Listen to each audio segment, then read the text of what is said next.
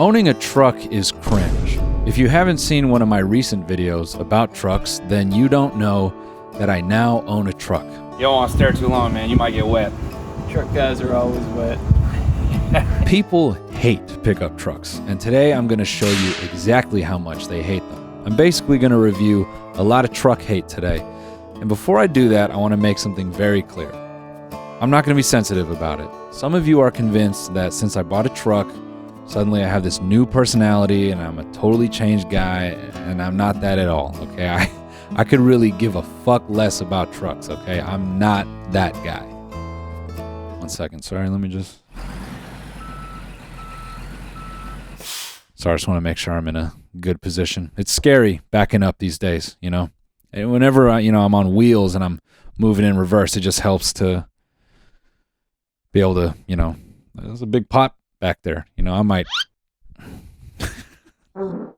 Because I own a truck, I'm now very aware and I read a lot into truck hate. And before I show you any of this truck hate, I want to highlight something about trucks, which is they have an effect on people. And I think that's best explained by this little TikTok right here. Now this is just a little old lady from France, from Foix. She's sitting in the back of a truck living an American dream. You could theorize that she's thought about this for many years of her life. That is because trucks offer some degree of freedom. There's just something about a truck carving through the American landscape that just, it makes you feel something. Makes you feel horny, because trucks have sex appeal. And I don't need to go into that too deeply. When people criticize trucks, they often say, they're bad for the environment. And unfortunately, when something's bad, it makes it kind of sexy, The best example of that is cigarettes. Like, cigarettes are terrible for your body, but when you see someone smoking, it just kind of makes you, it's just something, I'm not saying cigarettes are cool. I'm saying they can make you cool sometimes. All right, big distinction. And that's what a truck is, It's not good for the environment.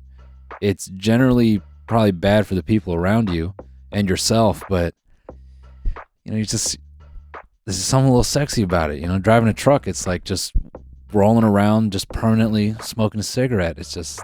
It does something to people. I'm saying all this to say that when people criticize trucks for being bad for the environment, it doesn't make you want to turn your truck in. No one's like, oh God, the environment. Let me, like when someone says cigarettes are bad for you, they're like, oh, let me trade in all this sex they don't, Hey there, don't you dare touch that trackpad or smash that screen, because you know what time it is. We're going to thank the sponsor of today's video, BetterHelp. Is something interfering with your happiness, or perhaps preventing you from achieving your own personal goals? Or maybe you're spending a lot of time focusing on other people and not giving that good golden attention to number one, yourself. Regardless of what you're going through, therapy can be a great way to develop tools and skills to help you get through life's challenges. BetterHelp wants to make therapy more affordable and more accessible, because it can be very hard to find a therapist when there are limited options in your local area. BetterHelp aims to do this by enabling therapy to be done all online, which means it's remote, so you can do it anywhere.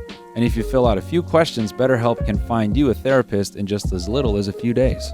So if you've been thinking about giving therapy a try, then BetterHelp might be the solution for you. It's very easy to sign up. You can just go to betterhelp.com/Noel Miller or click the link in my description. And if you sign up now, you'll get 10% off your first month at betterhelp.com/Noel Miller. Finding a good therapist can take time. That's why BetterHelp lets you switch therapists at any time at no additional charge. Thank you, BetterHelp, for sponsoring this video. And now let's get back into it. So the next thing people go after is how trucks are just too big and you're overcompensating, and just general discussion about size of truck and how it relates to your individual personality. As an example, both of these trucks have the same length of bed. One is illegal to buy new in the US because of safety. The other is the leading cause of the 59% rise in pedestrian fatalities annually on US roads since 2009. Yeah, one of these trucks guarantees you'll sleep with more men than women. Chevy owners, am I right? Look, I see what they're going for here. Kind of a weak attempt, because a K truck can't haul a boat. It can't haul really anything. I love K trucks. This little guy in the front, I love them. They're perfect for my size.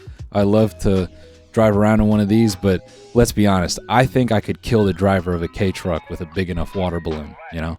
I think if I saw a K-truck driving down the street, I could just stick my foot out in front of it and it would just front flip, and I'd murder whoever was in that car. So, you know, I think the safety thing does make sense, but I get what they're getting at. The size of the modern truck is insane.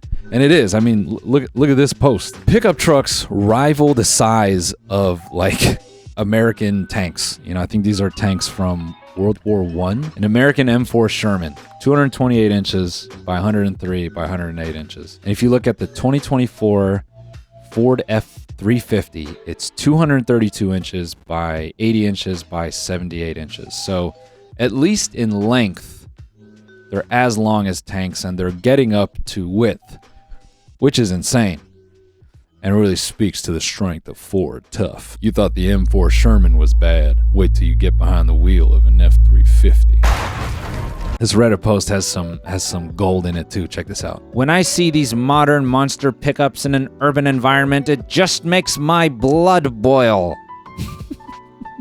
He does make a valid point here, especially since 98 times out of 100, I trust this guy. He's got a lot of karma. It's just some suburban guy driving to his office job, which is probably true, you know?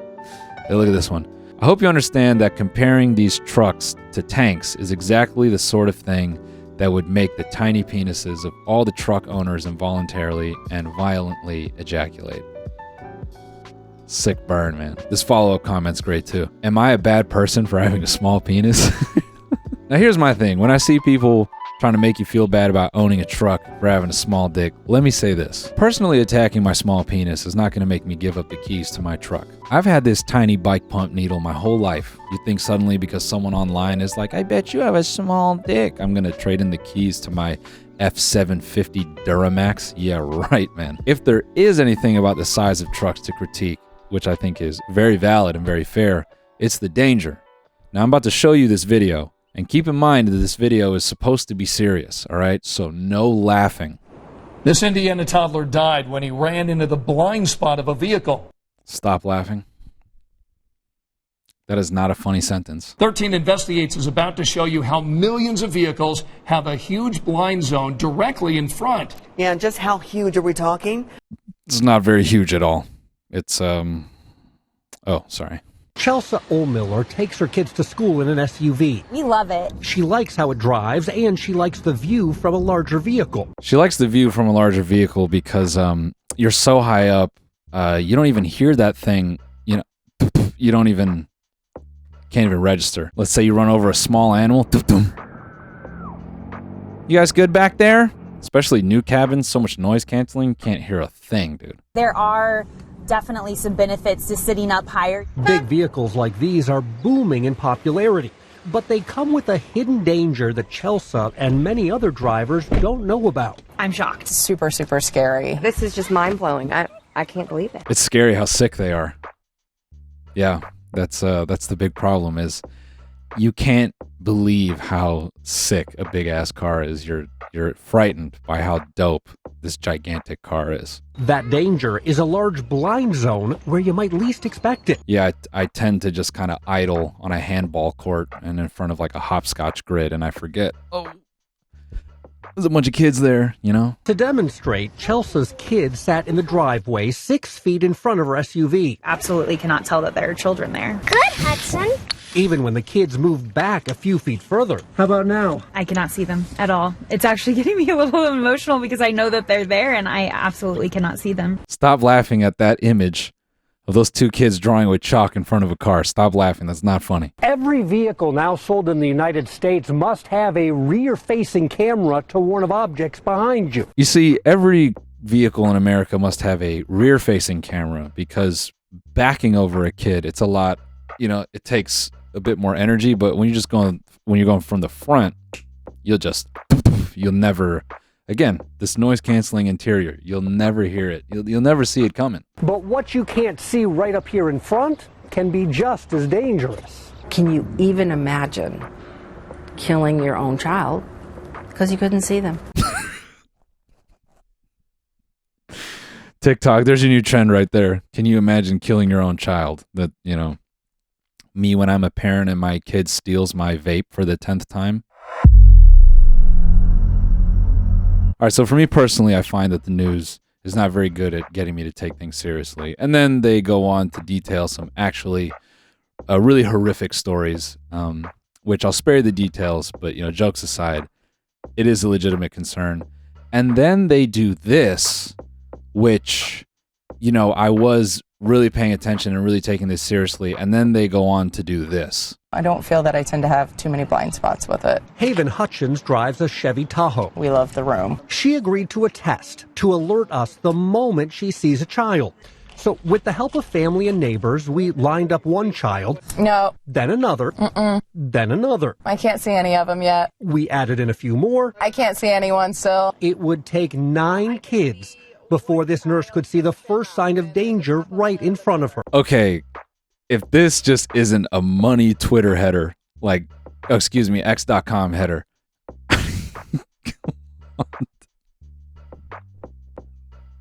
That's pretty terrifying and eye-opening.